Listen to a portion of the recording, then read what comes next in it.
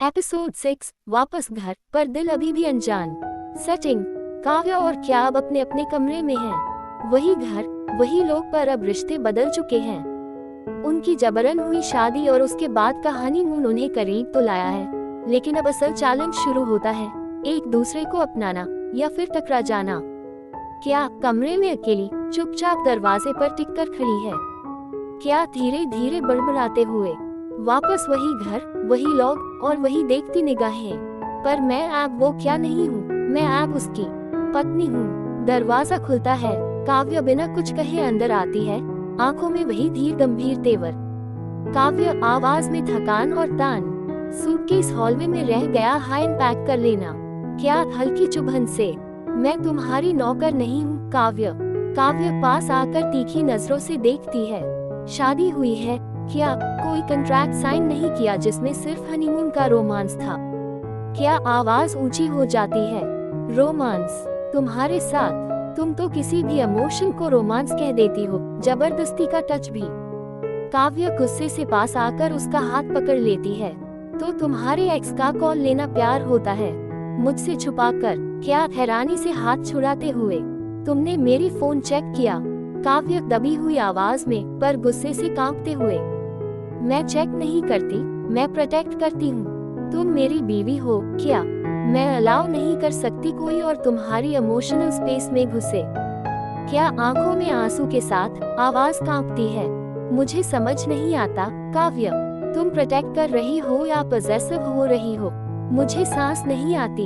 काव्या धीरे से उसके पास आकर कुछ पल चुप, फिर आंखों में आंखें डालकर, तुम्हें सिर्फ मेरा साथ चाहिए या मेरी फीलिंग भी समझनी है। क्योंकि अगर मैं पॉसेसिव हूँ तो सिर्फ इसलिए कि तुम्हारे लिए कुछ महसूस करती हूँ। क्या हल्के से गुस्से में पर टूटे हुए स्वर में, मैं तुम्हारे लिए फील करना चाहती हूँ काव्या, पर मुझे डर लगता है तुम्हारे गुस्से से, तुम्हारे कंट्रोल से। तुम मुझे प्यार कर रही हो या यूज कर रही हो। काव्या धीरे से उसका चेहरा अपने हाथों में लेती है। मैं तुमसे प्यार करती हूँ, पर मुझे भी डर लगता है तुम मुझे छोड़ दोगी एक दिन, जैसे सब ने किया। दोनों के बीच चुप्पी बहुत गहरी, आंखों में बहुत कुछ कहा जा रहा है बिना बोले।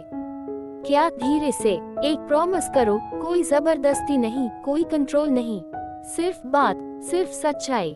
काव्या धीरे से सिर हिलाती है, सिर्फ सच्चाई और सिर्फ तुम। क्या उसकी छाती से लग जाती है, काव्या उसका सिर सहलाती है। पहली बार दोनों का एब्रेस शांत है, बिना अट्रैक्शन के, सिर्फ अंडरस्टैंडिंग और बिलोंगिंग का एहसास। अगली सुबह घर का शांत सा माहौल, लेकिन हवा में एक अलग तरह की नजाकत है। क्या रसोई में है, एक सिंपल सी चाय बना रही है, हाथ कांप रहे हैं, शायद अंदर कुछ उथल पुथल चल रही है। काव्या कमरे से निकलती है एकदम कैजुअली, पर उसकी नजर सीधी क्या पर जाती है। काव्या धीरे से, चाय मेरे लिए क्या, बिना देखे, हल्की मुस्कान दबाते हुए, बनाई थी, अब नहीं दूंगी। काव्या पास आकर उसके कान के पास धीरे से, दोगी भी और पिलाओगी भी। क्या हंसी रोकते हुए, मतलब जब गुस्सा आ रहा था तब तो तुम मेरी बीवी हो। अब फ्लर्टिंग, काव्या गंभीर होकर, मैं अभी भी वही हूँ, बस शायद थोड़ी समझदार हो गई हूँ। क्या धीरे से चाय का कप देते हुए, मैं भी शायद पहली बार किसी को हर्ट करने से डर लग रहा है। काव्या चुपचाप कप लेती है, पहली चुस्की लेते हुए उसे देखती है। कुछ पल बाद, काव्या, कल मुझे ऑफिस जाना पड़ेगा। क्या अचानक चौंक कर देखती है, इतनी जल्दी। काव्या, क्लाइंट अर्जेंसी है, मैं नहीं जाती तो डील टल जाती, पर तुम्हारा चेहरा देखकर सोच रही हूँ सच में जाऊँ या नहीं। क्या धीरे से, पर आंखें भर सी जाती हैं, मैं ओके हो जाऊंगी, तुम चिंता मत करो। काव्या पास आकर बहुत धीमे स्वर में, तुम ओके रहना चाहो भी तो रह नहीं पाओगी, मुझे पता है।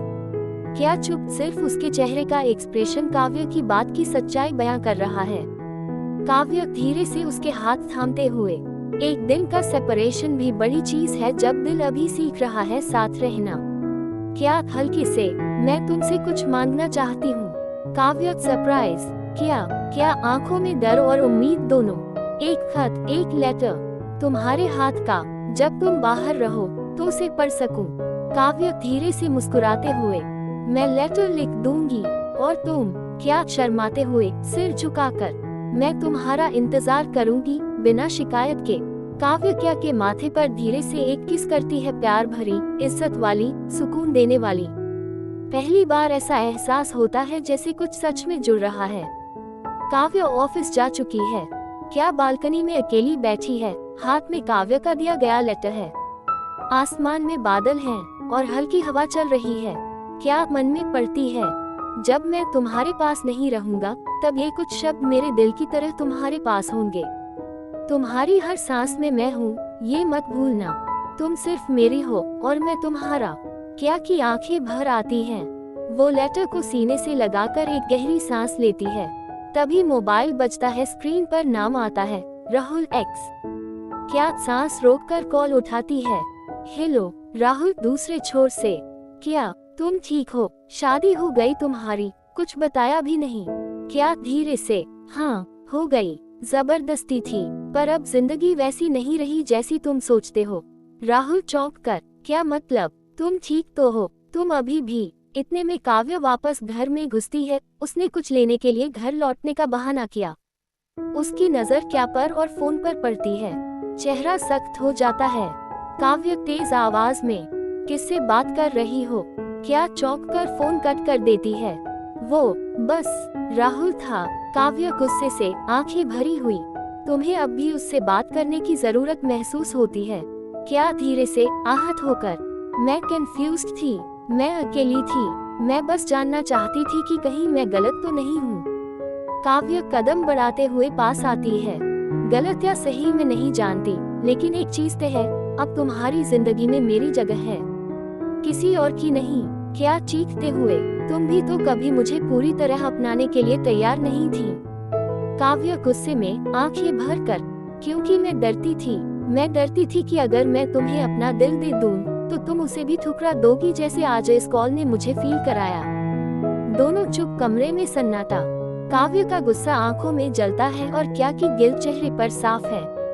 कुछ पल बाद क्या धीरे से, मैं सॉरी हूँ, लेकिन काव्य मैं भी इंसान हूँ, मुझे भी तुम्हारा भरोसा चाहिए, ओनरशिप नहीं। काव्य धीरे धीरे उसकी तरफ आकर, फर्क ओनरशिप और बिलोंगिंग में है। क्या, और मैं चाहती हूँ कि तुम मेरी हो जैसे मैं तुम्हारी बन चुकी हूँ। एक लंबी खामोशी, फिर क्या काव्य के गले लग जाती है।